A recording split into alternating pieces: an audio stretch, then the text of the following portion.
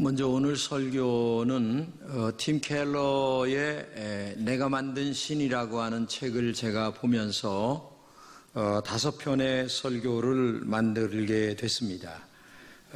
이것을 먼저 말씀드리면서 여러분들도 팀 켈러의 내가 만든 신이라고 하는 책을 한번 사서 보시면서 함께 은혜를 나눴으면 하는 마음이 큽니다. 그것을 먼저 말씀드리면서 오늘 말씀을 좀 전하겠습니다. 저는 항상 하나님 앞에 이런 질문을 합니다. 하나님은 나에게 어떤 분이신가? 라고 하는 질문을 하게 됩니다. 어떤 때는 슬프고 외로울 때에 그런 질문을 하기도 하고, 또 어떤 때는 행복과 기쁨에 있을 때에도 하나님 앞에 하나님은 나에게 어떤 분이신가? 이런 질문을 항상 하게 됩니다. 근데 그때마다 하나님은 제 마음속에 하나님은 전능하시고 살아계시다 라고 하는 음성을 마음속에 허락하셨습니다. 그 전능하시고 살아계신 하나님은 저의 인생 66년 동안 항상 함께 하셨어요.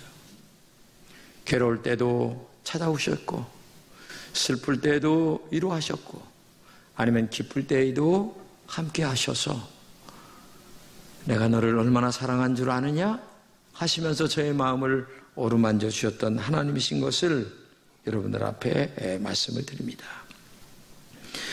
주님은 내 안에 성령과 말씀으로 늘 찾아오셨어요. 기도응답도 얼마나 많이 해주셨는지 모릅니다. 그래서 저는 한 가지 늘 기도하는 게 있는데, 하나님 우리 금천교회와 그리고 저를 통하여 우리 모든 성도들을 통하여 제발 하나님의 뜻이 이루어질 수 있기를 원합니다. 이런 기도를 늘 항상 하고 있습니다. 마치 하늘에서 이루어진 것처럼 땅에서도 주의 뜻이 이루어지기를 간절히 기도하고 있을 뿐입니다. 그런데 제가 이 본문을 종종 묵상을 많이 합니다. 왜 하나님은 이삭을 번제로 바치라고 했을까라고 하는 퀘션을 하게 되죠. 정말 이해하기가 힘든 본문입니다. 하나님은 정말 그렇게 잔인한 하나님인가? 이렇게 생각도 해보게 되죠. 창세기 12장에 보게 되면 아브라함을 불러서 내가 내게 지시하는 땅으로 가라 말씀을 하시면서 내가 너를 복을 주겠다. 하늘의 별처럼 바닷가의 모래처럼 내 자손을 축복하겠다 약속을 하시는데, 이 축복의 약속은 육신적으로 내 자손을 많이 줄 것이다 라고 하는 의미도 되지만, 또 하나는 영적으로 정말 예수 믿는 사람을 많이 내 씨를 통하여 줄 것이다 라고 하는 약속이나 마찬가지죠. 그런데 중요한 것은 나이가 들어서 아내 사라는 자식을 낳을 수가 없게 됩니다. 아들 욕심에 아브라함은 첩을 얻어서 이스마엘을 만들게 됩니다. 그래서 이스마엘을 통하여 하나님의 뜻이 이루어지나 했더니 하나님은 아니라는 거예요. 내 본처를 통해서 낳은 자식이어야만 계보를 이어갈 자격이 있다, 이렇게 말씀하시는 것입니다. 그런데 문제는 계속 시간이 흘러가서 어느덧 아내 사라의 나이가 89세가 되었고 아브라함은 99세가 되었어요. 그런데 이상하게도 이렇게 1년 정도밖에 안 되는 요 시간에 찾아오셔서 하나님이 내년 이맘때에 또 아들을 낳을 것이라고 하는 말씀을 하신단 말이죠. 그러니까 아브라함과 사라가 막 웃었어요. 킥킥 웃으면서 말도 안 되는 소리를 하나님이 또 하신다. 옛날에 하시더니 지금도 또 그 말을 또 하시네, 이상하네 하면서 마음에 킥킥킥 웃었어요. 저는 이 아브라함과 사라의 웃음을 보면서 아브라함의 믿음이나 오늘 우리들의 믿음이나 별 차이가 없다는 것을 느꼈어요. 왜냐하면 형편과 처지를 보면서 하는 신앙생활이었기 때문에 오늘도 많은 사람들이 하나님의 전능하심을 믿는 게 아니라 형편과 처지를 따라 예수를 믿거든요. 근데 아브라함의 믿음도 뭐 별 수 없었어요. 내가 나를 봐도 그렇고 아내를 봐도 그렇고 뭐라고 할까, 임신을 할 어떤 조건적 것이 아무것도 없는데 내년 이맘때 아들을 낳는다고 하니까 웃지 않을 사람이 누가 있겠습니까? 응? 아이를 낳으려면 여자는 생리가 있어야 되고, 그런데 사라는 생리가 끊어진 지가 벌써 오래되었습니다. 그리고 이 아브라함이라고 하는 할아버지는 목숨이 붙어 있을 뿐이지 무슨 뭐 어떻게 할 능력이 없는 사람이거든요. 그러니까 웃을 수밖에 없는, 웃지 않을 수 없는 처지에 오셔서 내년 이맘때 아들을 낳겠다고 하시니까 웃지 않을 수가 없는 거죠. 그런데 놀라운 일이 일어났습니다. 사라가 정말 임신이 된 겁니다. 기적 같은 일이 일어난 거죠. 그리고 1년이 지난 후에 아들 이삭을 낳는데 정말 기적이 상식이 되는 것처럼 하나님 말씀이 그대로 이루어진 거예요. 이때 아브라함은 하나님이 살아계시다는 것을 머리의 신앙이 아니라 가슴의 신앙으로 믿게 됩니다. 하나님은 전능하시다고 하는 확실한 믿음을 가지게 되는 거예요. 하나님에게는 불가능이 없다라고 하는 믿음을 갖는 겁니다. 아들 이삭을 낳자 이런 확실한 마음이 분명하게 가슴 속에 자리 잡게 되죠. 이제 아브라함의 삶에서 하나님은 확실하게 믿어지는 살아계시고 전능하신 하나님으로 자리 잡게 됩니다. 여러분 자신에게 물어보시기 바랍니다. 하나님은 나에게 어떤 분이신가 한번 물어보세요. 정말 전능하신 하나님을 믿고 있느냐 그 말이죠. 살아계신 하나님을 믿고 있느냐 그 말입니다. 그런데 왜 낙심하고 있느냐, 왜 기도하지 않느냐, 왜 좌절하고 있느냐, 이 전능하신 하나님을 확실하게 믿지 못하기 때문에 그런 믿음이 오는 거죠. 우리는 하나님의 약속을 받았습니다. 그러나 우리의 믿음은 약속대로 안 될 것 같기 때문에 때로는 웃기도 하고 때로는 슬퍼하기도 하고 때로는 눈물을 흘리기도 하는 거예요. 그래서 이상하게 잔머리를 굴리면서 첩을 얻어서 이스마엘을 만드는 아브라함의 짓거리를 오늘 우리가 지금 하고 있다는 얘기예요.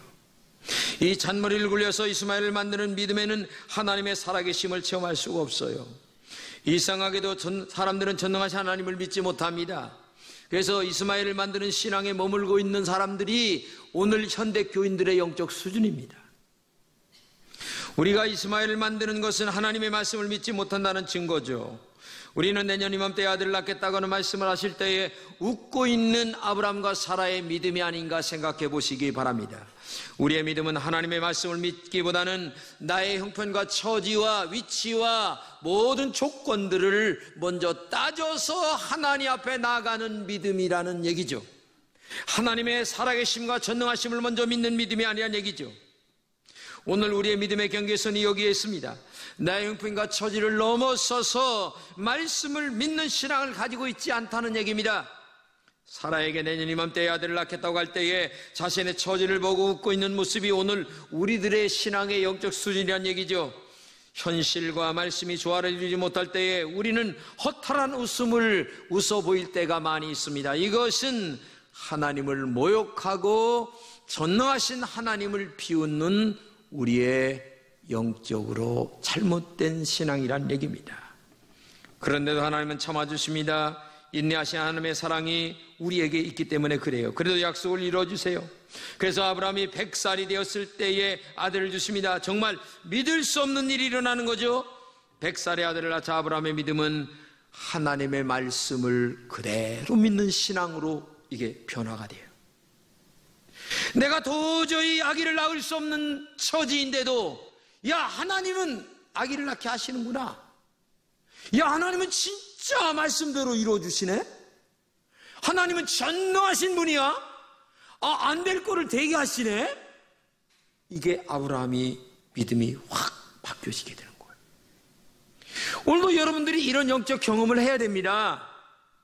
이런 영적 경험을 하기 위해서는 먼저 나에게 필요한 것이 있어요. 하나님 말씀에 어떤 일이 있어도 순종해야 된다고 하는 거예요.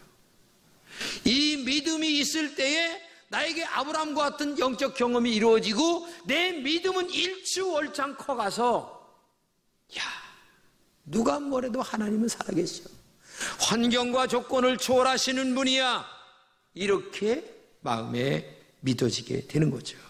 그래서 아브라함은 하나님 앞에서 정말 축복의 길을 걷게 된다는 얘기죠.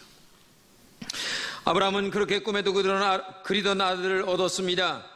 이삭이 점점 자라나는 것을 볼 때 너무너무 행복한 거예요. 이야, 하나님이 세상에 100살의 아들을 낳아가지고 이렇게 세상에 이삭이 크는 걸 보니까 마음에 너무너무 기쁜 거야.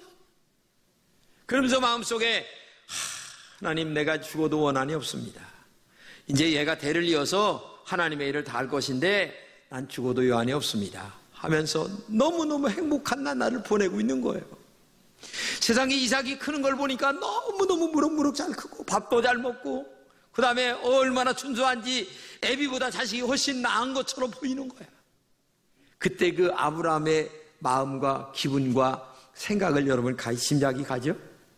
어떤 기분으로 아브라함이 살고 있었던가를, 행복이 무엇인가를 온 마음과 그리고 정말 삶으로 느끼고 있었어요. 그런데 문제는 한 가지, 자기도 모르는 사이에 이삭이 하나님보다 더 사랑하는 우상으로 바뀌어져 가고 있었다는 거예요. 자기도 모르는 사이에. 근데 오늘 본문에 보면 그렇게 사랑하는 이삭을 하나님이 번제로 바치라 이렇게 얘기를 하시는 거예요. 그러면서 하는 말이 시험하려고 이렇게 얘기합니다. 그 시험한다고 하는 말은 테스트한다는 얘기입니다. 테스트한다고 하는 말은 뭡니까? 내가 행복하게 잘 사는 것을 보니까 정말 나 기분 좋다. 너 자식 잘 키우고 정말 행복한 거 마음 기분 좋다. 그런데 한 가지 문제가 있는 것 같다. 아들 이삭이 나보다 더 사랑하는 우상이 되는 것 같아. 그래서 내가 아들을 더 사랑하는가, 나를 하나님을 더 사랑하는가를 내가 테스트 한번 해보겠다. 하나님이 지금 그 얘기를 하시는 거예요.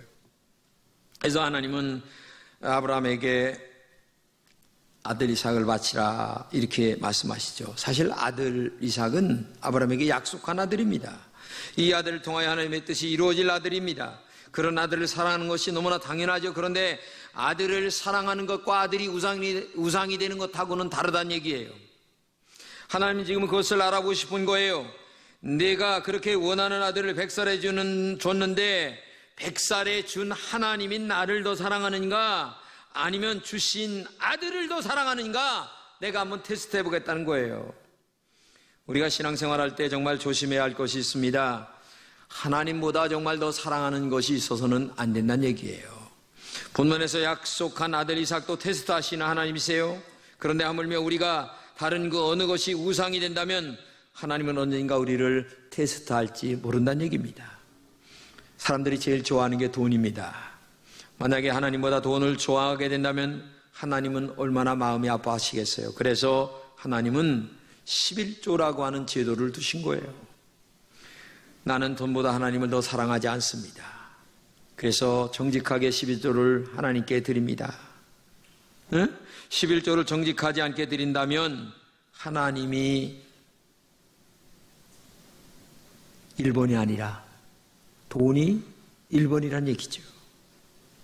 11조 얘기라면 싫어하는 분이 있어요. 나 교회 처음 나오신 분은 안 하셔도 괜찮아요. 근데 때가 돼서 신앙이 뭔가를 아는데도 돈이 우상이 돼서 안 하시는 분들에게 해당되는 얘기예요. 그래서 신앙생활 정말 잘못하는 거죠. 11조를 바르게 하지 않는 분들에게는 하나님은 언제나 2등, 3등이고 돈이 1등이다 라고 하는 증명을 보이고 있는 거예요. 그래서 하나님의 제도를 만들기를, 그래, 돈 좋아하는 거 내가 안다. 그러나 돈보다는 나를 사랑해야지.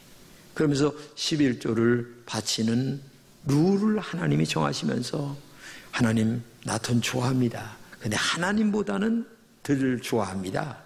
그 표시를 내는 게 11조예요. 여러분 명예 좋아하죠. 명예를 얻기 위해서 감투를 쓰는 분들 많아요. 명함을 보게 되면 무슨 감투가 그렇게 많은지 몰라요. 뭐 별의별 감투, 거기 안 적어도 될 감투를 다 적고 있어. 아이고. 근데 이 감투를 쓰다 보니까 시간이 없어. 여기도 가야 되고 저기도 가야 되고 여기도 얼굴 비춰야 되고 저기도 가. 그러다 보니까 예배 시간에 빠지는 거야. 여러분, 시간에 일주일이라고 하는 시간을 하나님 우리에게 주시는데 시간 속에서 나는 하나님이 제일 좋은 하나님이십니다라고 해서 예배를 일주일에 한 번씩 드려라 라고 하는 이 제도를 만드신 것이 예배의 제도예요. 주일 성수의 신앙이에요. 시간의 관념에서 하나님이 1번이라는 표시를 하는 거죠. 그런데 명예 감투 때문에 하나님은 2등, 3등이야. 바쁘면 나오고, 아직 안 나오고, 안 바쁘면 나오고, 하나님은 맨날 꼬두발이야. 이거 여러분 되겠습니까? 말이 안 되는 거죠. 하나님 말씀하시려는 얘기가 뭐냐? 내 자식도 우상이 되어서는 안 된다는 것인데 하물며 물질이 우상이 된다든지 명예가 우상이 된다든지 이건 말이 안 된다는 얘기죠. 아브라함은 하나님이 이삭을 바치라고 할 때 즉시 순종합니다. 아들을 데리고 모리아산으로 올라갑니다. 번제를 드리려고 가는 그 아브라함의 심정을 한번 생각해 보세요. 그리고 이삭을 제물로 바치는데 하나님이 그때 음성을 들려주세요. 같이 한번 읽겠습니다. 아브라함아, 그 아이에게 내 손을 대지 말라.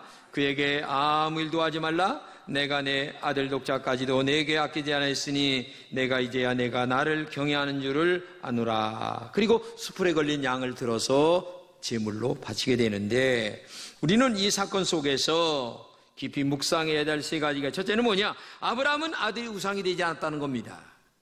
아브라함은 아들을 정말 사랑했습니다. 그러나 하나님보다 사랑하지 않았습니다.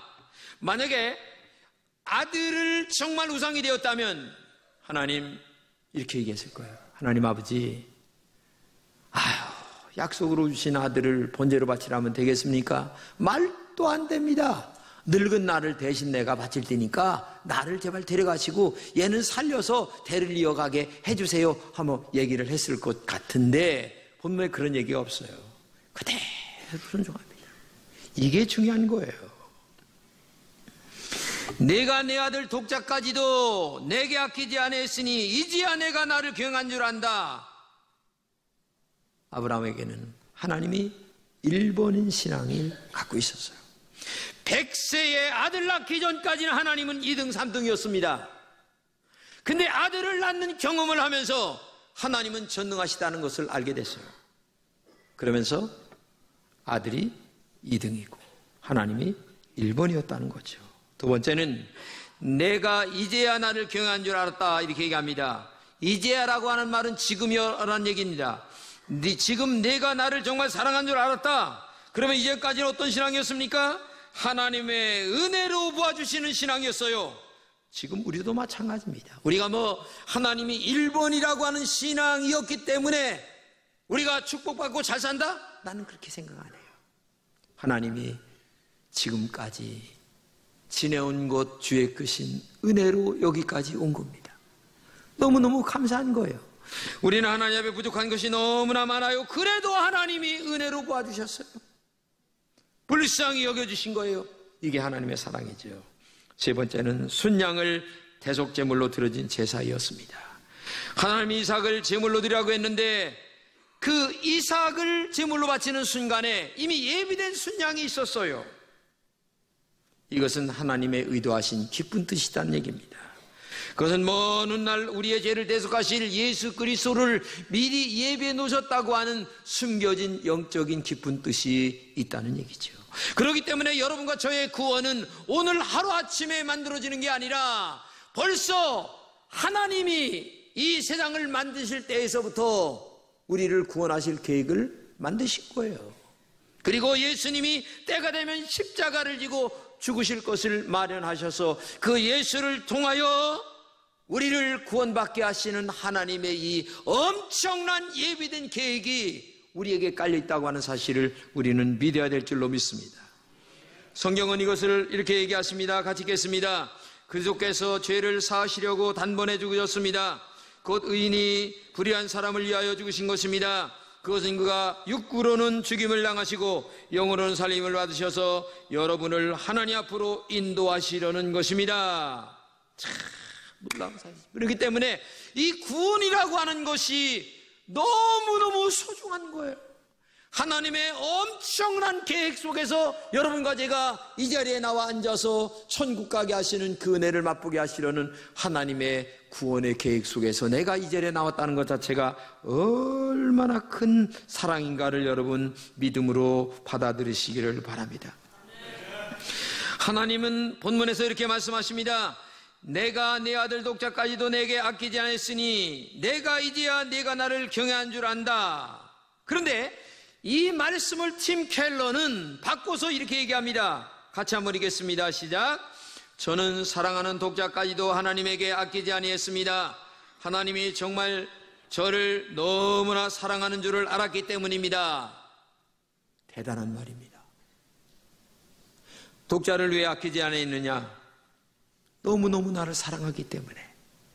나는 분명히 하나님이 이 아들 대신 뭔가를 만드실 하나님을 나는 알았기 때문에, 그래서 나는 이삭을 바칠 수 있었다는 얘기죠. 이런 깊숙한 고백이 내 가슴 속에서 신앙으로 깊이 묻어 나와야 된다는 얘기입니다. 이런 신앙 고백이 정말 우리에게 있을 때에 하나님은 이삭이 1번이 아니라 하나님이 1번인 신앙을 우리에게 보시고 축복해 주시는 줄로 믿습니다. 우리는 이삭이라는 자식 우상과 함께 살고 있습니다.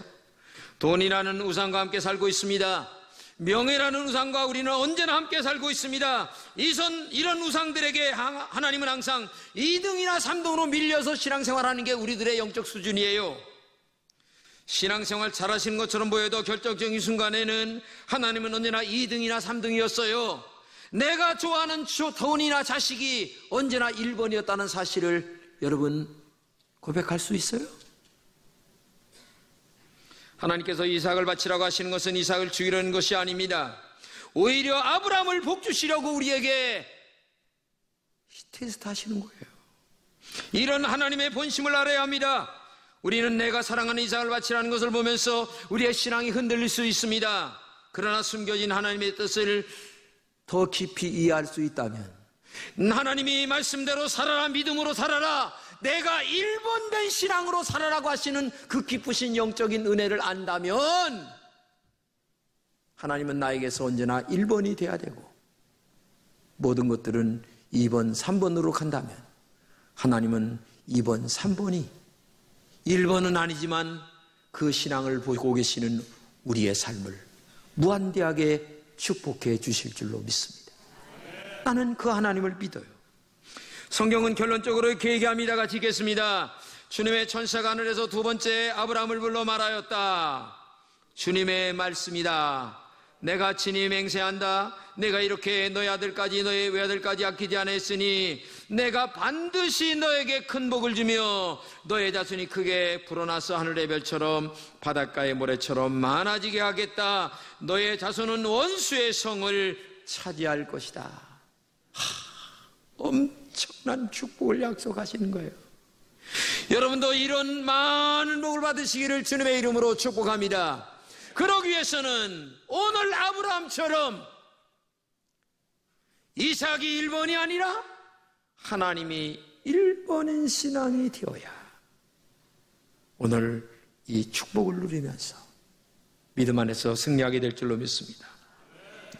1866년 9월달 대동강변에 제네럴 셔먼이라고 하는 미국 배가 옵니다. 그 배에 토마스 선교사라고 하는 27살 젊은 사람이 한국어로 번역된 쪽복음을 들고 중국에서 와요.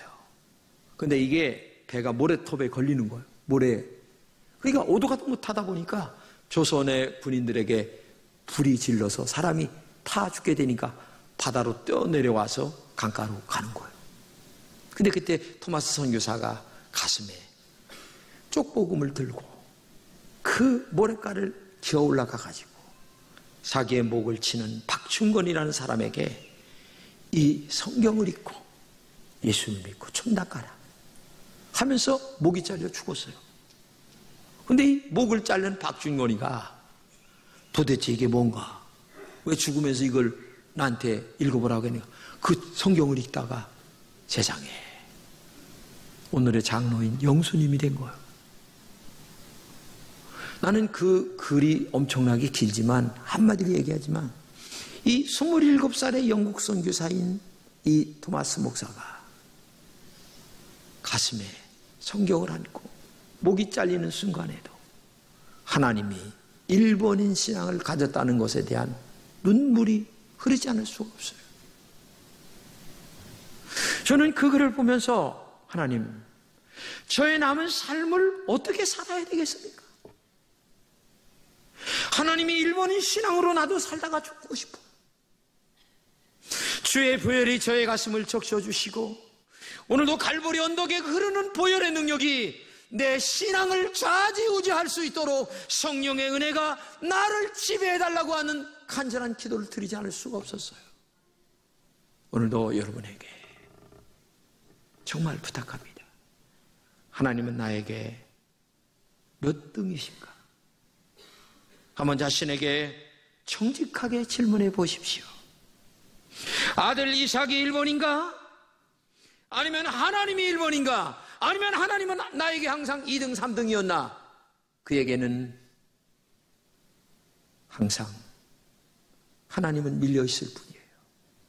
하나님은 쓰레기처럼 던져진 그런 것을 가지고 대접받을 뿐이 아니에요. 최고의 대접으로 영광을 받으실 분이 우리의 하나님이세요. 그 하나님을 하나님답게 대접하는 우리 검천의 모든 공동체가 되기를 주님의 이름으로 축복합니다.